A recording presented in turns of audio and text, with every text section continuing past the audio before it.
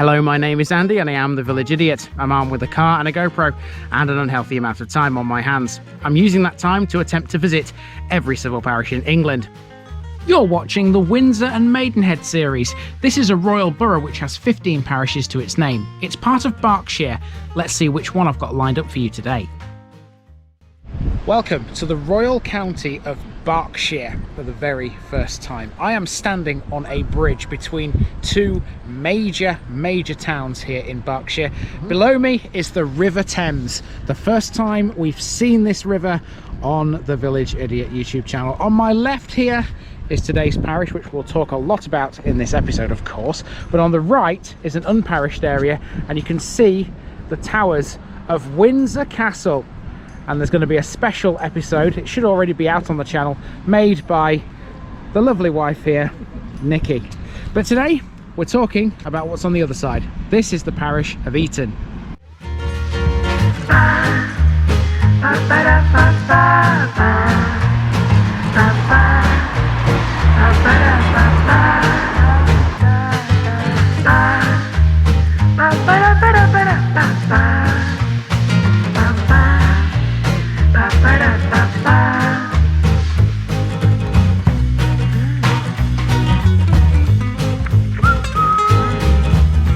Here's my disclaimer for people who may be watching me for the first time. I say things as I would in my native accent and dialect.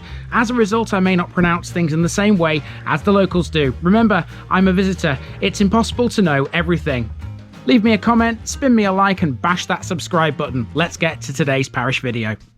Welcome for the first time to Royal Berkshire, and you won't get much more royal in this county than in the borough of Windsor and Maidenhead. In this episode, we're able to see Windsor Castle, the largest occupied castle in the world, but our primary focus will be on the town that stands on the opposite bank of the River Thames, Eton. Now, even those of you out there who don't know the UK very well will surely have heard of this place. Eton is a town heavily linked to education. Several members of the British royal family attended Eton College, as did countless members of Parliament. Whilst the college is the main draw for the town, this video will, as ever, aim to show off more than just the obvious, although it's hard to get away from Eton College no matter where you go here. Eton used to be part of Buckinghamshire until 1974, when local government reorganisation placed it in Berkshire. Its name derives from Old English and literally means river town. Well, that's hardly surprising given the Thames flows to the south. It's connected to Windsor via the pedestrianised Windsor Bridge over the river. The land it stands on has always been royal. It once belonged to the manor of Queen Edith, who was the wife of Edward the Confessor. Eton College could not have existed without royalty either, as it was founded by Henry VI in 1440. This is a big one. I hope you like it. Welcome to Eton, folks.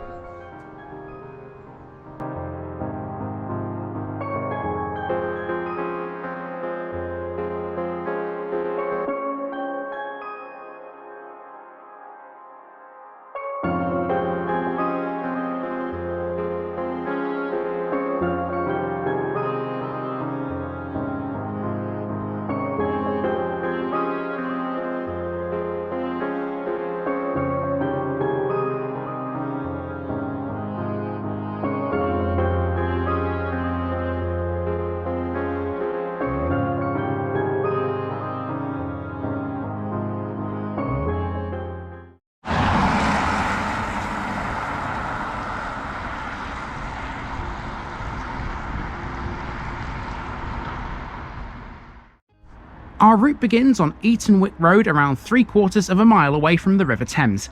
It looks like we're in the middle of nowhere here, but Eton isn't all that far away actually. Even out here there are some amazing buildings. Take the Gables for example, which is the big one you can see at the end of Stonebridge Field. This western portion of Eton is greatly residential. At the end of this walk, we'll be taking a drive around the village of Eaton Wick, which is similar in nature. We've started here so that we can get up close and personal with a railway viaduct. Known as the Slough to Windsor Viaduct, the line this is carrying is the Windsor Branch Line, part of the old Great Western Railway. This is one of the longest railway viaducts in the UK, measuring some 2.5 miles in total. It was built in 1849. Before the line reaches Windsor, it also crosses the Thames by way of the Windsor Railway Bridge, designed by Isambard Kingdom Brunel. So Nikki ran under that viaduct because you've got a little bit of a fear of trains going over a bridge. I don't like to be under a bridge when there's a train going over the top. Yeah, and that one was quite a quite an experience, that one. But well worth it. Well worth it. A good first landmark here in Eton. Now, of course, as far as landmarks go, this place has got very, very, very many. A lot of them to do with Eton College, and of course we haven't really seen anything along those lines just yet, but we are about to.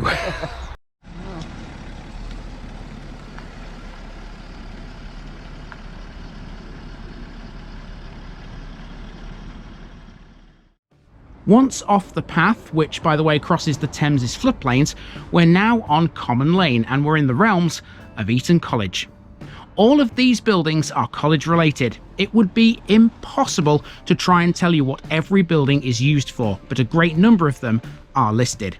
It's a common misconception that Eton College is a private school, given the high number of affluent attendees it has. It's actually a public school, believe it or not. It was founded in 1440 by Henry VI under the name King's College of Our Lady of Eton beside Windsor. It's the 18th oldest school in the Headmasters' and Headmistresses' Conference. It's known for its great wealth, well-documented history, and countless alumni, including our current Princes William and Harry. Eton is one of only 3 public schools to have retained the boys-only, boarding-only tradition, along with Harrow and Radley. And there's some interesting artwork here too. So some quirky features already just on one road. But the best is still very much yet to come, because at the end of the road, look at this. Got a dome building on the right. I've no idea what these buildings are yet, and obviously there's a church on the left. It's going to get better.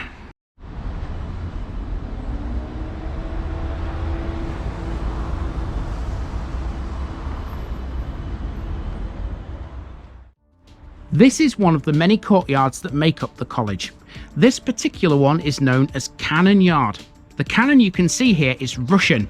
It was captured at Sevastopol in 1855. It was restored by John Slough of London and now stands guard in front of Eton's geography department. Over the road is the school hall and library, 2 neoclassical buildings side by side. They were built in 1905 and 1908 as war memorials for old Etonians who lost their lives in the South African Wars. That's the formidable main college building. Through that arch is the schoolyard, where there's a statue of King Henry VI. When he was succeeded by King Edward IV in 1461, he annulled most of the school's grants and income. Its assets and treasures were removed to St George's Chapel, the main religious building at Windsor Castle. Legend has it, though, that Jane Shaw, Edward's mistress, was able to save a good part of the school. You genuinely do not know where to look first, I'll tell you that. And some of the architecture here is absolutely amazing, and some of the carvings above the doors, like this one for example on Durnford House. I mean, I've obviously got no idea what that is, but it's a lion, and then it's 4 fleurs-de-lis that's surrounded by a laurel wreath, isn't it? I mean, well, yeah, it's just what it means. It's the symbolism, isn't it? So let's carry on walking. I imagine we'll be here for quite a while, checking out various buildings and such like, and working out what they are and what they all do. You gotta go see what that is. You know what? So do I.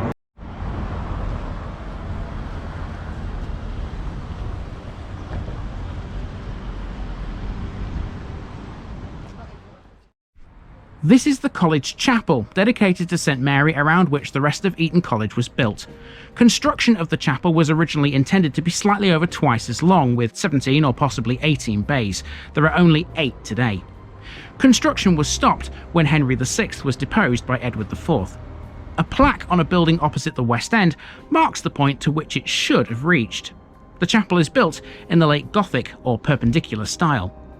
Only the choir of the intended building was completed.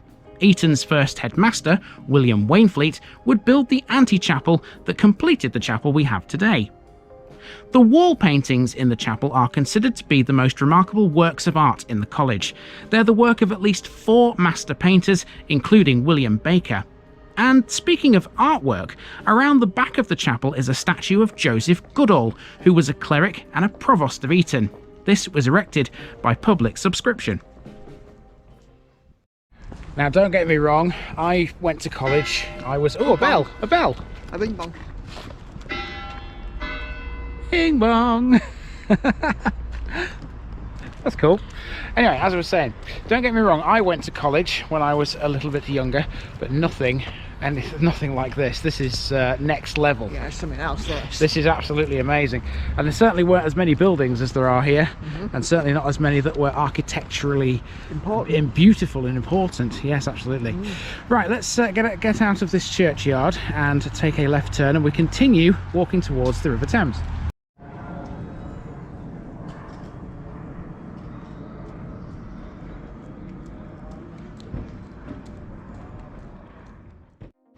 So now we're moving away from the college, but we will be back to it later. To be honest though, so many of Eton's other landmarks are college related. This is Baldwin's Bridge, under which is Barnes Pool, an historic brook which until 2019 was dry and empty. Thanks to a dedicated team of volunteers though, Barnes Pool has been restored to its former glory again.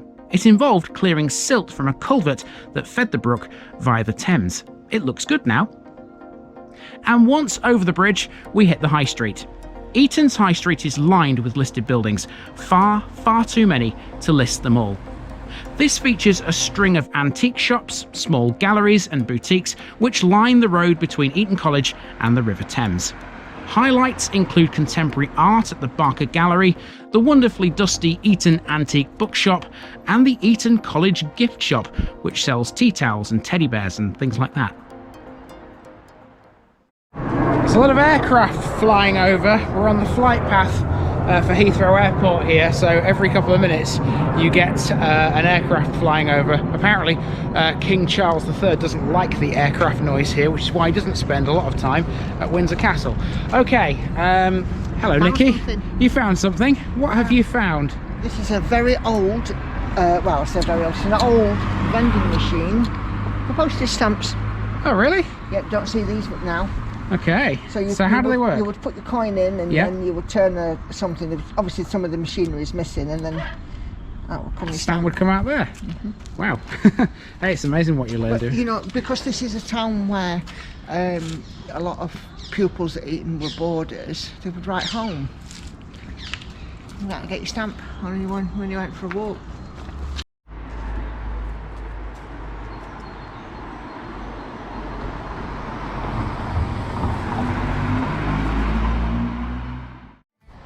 Eton College isn't the only educational establishment in the town. Here's a sign pointing us towards the Eton Preschool, just off the High Street. Our next major landmark is a church dedicated to St John the Evangelist. This was the original parish church in Eton, and part of it is still in use as a religious building. Its primary use now is a health centre, and the church occupies the upper floor of the original chancel, above the doctor's surgery. The churchyard gates are war memorials, and there's a main memorial in here as well. This commemorates the 18 men from Eton who were killed or were lost in World War II.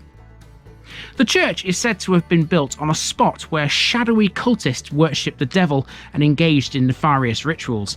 It has many a ghostly tale to tell. These days, as a health centre, it's run by Eton College and oversees the health and well-being of the boys who attend it.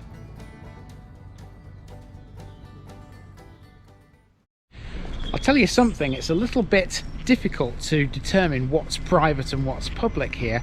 There are plenty of signs around that say private here, private there, but even so, some of the buildings, you don't know whether they've been converted into apartments or whether they're still in use as a public space. You know, I mean, for example, this church here is obviously a health centre and apartments now, but there's nothing really to tell you that, and the only reason we worked it out is because there's doorbells for the apartments upstairs.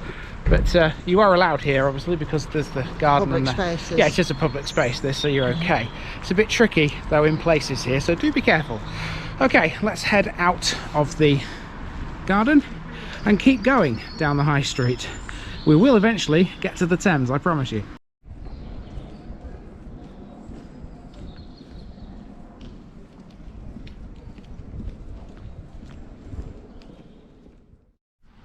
Back to the high street now, and here's some more interesting buildings. It was only a matter of time before we caught a pub, and this is the King Henry VI, which is a craft pub. Next door is the Old Dial House, named as such because above the door, there's a sundial. It's that little gold-shaped object on the wall. Now we've come to the base of Eton Town Council, although they might not be here much longer. In 2021, they were considering moving out of these offices and into the village hall at Eaton Wick in order to save taxpayers' money. Right next to the offices is the Queen Elizabeth Arch, and this was interesting. Under here, there's another World War I memorial, but this one's to do with the Volunteer Fire Brigade. It was unveiled in 1921, and it lists 15 names, 14 of whom served and returned. There's also a parish notice board under here. New people, this is what I do to mark off that I've visited a place. Nikki did the honours of leaving today's card. Okay, so seeing as we're in Eton, we had to kind of make this joke. This is the Eton Cafe, spelt E-A-T-E-N, and here we have the menu, and we are going to sample this. So we can say after this that we have Eton in Eton in the Eton Cafe. That was planned. Well, that was some top-notch food, wasn't it, Nikki? Yeah, definitely. Smashed avocado with one of the nicest poached eggs I think I've ever had. Pictures green coming. Yes, indeed. Porridge with banana and honey for me. Now, I'm not a big fan of banana. I do like honey, though. So that was kind of the selling point for me on that. You like food, you like breakfast. I do, yeah. To be honest with you, not expensive, that. No. You know, considering, where we are, that's not really an expensive cafe, is it? So that's a plus point for Eton, I suppose. Right, let's carry on walking. We're just a few paces away from the river. Instead of the traditional for a slot. Check this out. Here we've got a Victorian pillar box, which believe me is a very rare find. What makes this one extra special too is its shape. Next is a bar called the Eton Mess, and yes, Eton Mess does come from Eton. First mentioned in print in 1893, it was served at an annual cricket match between Eton College and Harrow School.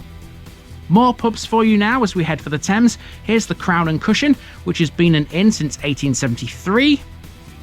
And then we have the George, which is the flagship pub of the Windsor and Eaton Brewery, which is just over the Thames, about a 10-minute walk away from here. And to get there, you'll be crossing the river using Windsor Bridge. This is made of iron and granite and is formed of 3 arches. Records show there's been a bridge between Windsor and Eton since at least 1172. Crossing the Thames here was also subject to a toll once upon a time. Okay, so a little bit of a gap in this episode because we've just been across into Windsor and done the Windsor Castle special, which you've probably already seen. So we're about to cross back over Windsor Bridge. Here it is. And there's a plaque here all about it. It says, Windsor Bridge was designed by Charles Hollis and opened in 1824, freed from tolls by the action of Joseph Taylor in 1898 and closed to vehicles in 1970. So it is a footbridge only. So let's go back across the footbridge and back into Eton.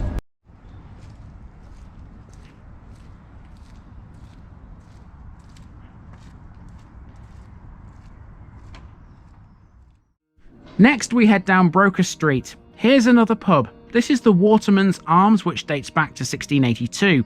Its interior features a lot of rowing memorabilia, and we'll discuss why that's a thing in a later episode. For now though, we're heading on to the Brocus. This is a vast open meadow which forms part of the Thames' floodplains. The Brocus is visited by many tourists every year, as well as boys from Eton College, of course. From here you can get some excellent views of Windsor Castle. The Brocus even has some royal history, and its name is in some way related. It comes from the Brocus family, who were the local nobility in the 13th century.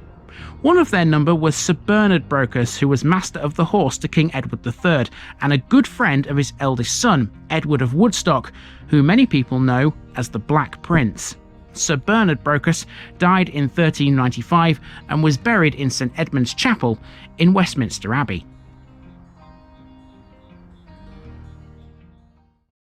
So we've walked across the Brocus, or Brocas. Brocus, whatever, however it's pronounced. And I tell you what, we're just about to leave it now. And the view of Windsor Castle from here is unbelievable. Nikki is taking a photo of it. It is an amazing building. You know, if you can actually see St George's Chapel as well. Oh, can the you? best view of St Oh, you George's can? Chapel Oh, that yes. we've had. Yeah, there. St George's Chapel. That's where Queen Elizabeth II is. Yeah. Was laid to rest. We walked around the tower that's to the right here. That's the one that we walked around in my video. Yep. The chapel's behind it, and then we walked all the way up to the upper ward of the castle. It's a brilliant view from here.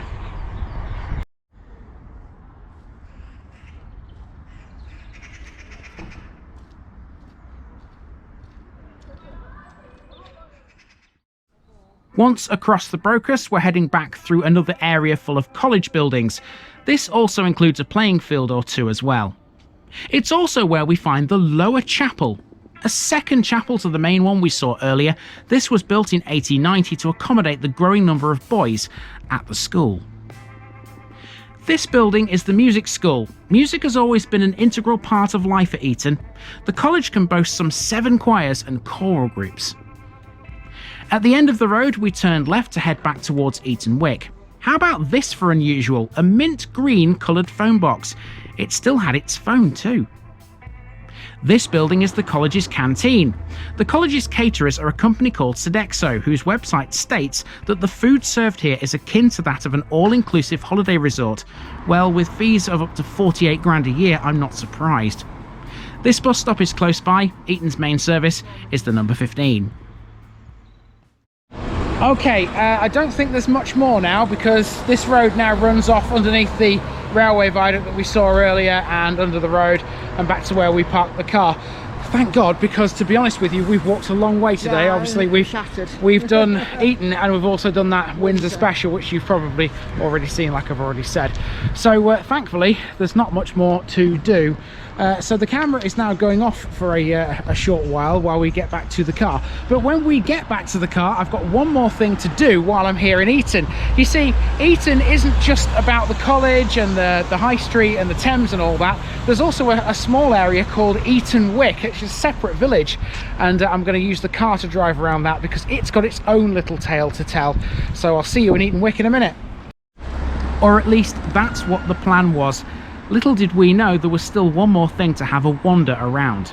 Eaton Wick Road Chapel.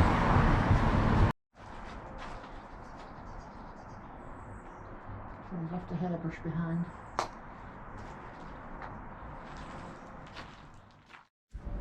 Eaton Wick Road Chapel is a cemetery chapel, and it's surrounded by the main Eton Cemetery. It was built in 1844 by James Deason. It's made of flint and is dressed with Bath stone. The cemetery has received quite a bit of negative press recently because of its quite overgrown state. Despite that, Eton Town Council have themselves stated that from 2016 to 2021 there was an immense improvement to this very cemetery. On the rear of the chapel we spotted this unusual feature. It's a cross with either a chain or a wreath around it. It was hard to make out which. As we headed towards the back of the cemetery, we couldn't help but notice that it was overlooked by many college buildings, giving it an interesting mix of old and new architecture. And nestled at the back is this large cross in an area which is still undergoing clearing and refurbishment, and starting to look a bit better. Okay, shall we try that again? Once we come out of this churchyard, I promise we will be going to Eaton Wick. This was just a little extra find. Didn't know this was here. Surprise. Sorry? A surprise. A surprise, yes. Beautiful little place. Yeah. And one where obviously there are works being undertaken to renovate it and to bring down the amount of vegetation. There's a lot of overgrowth here. So. Yeah. Okay. Right. Eaton Wick time.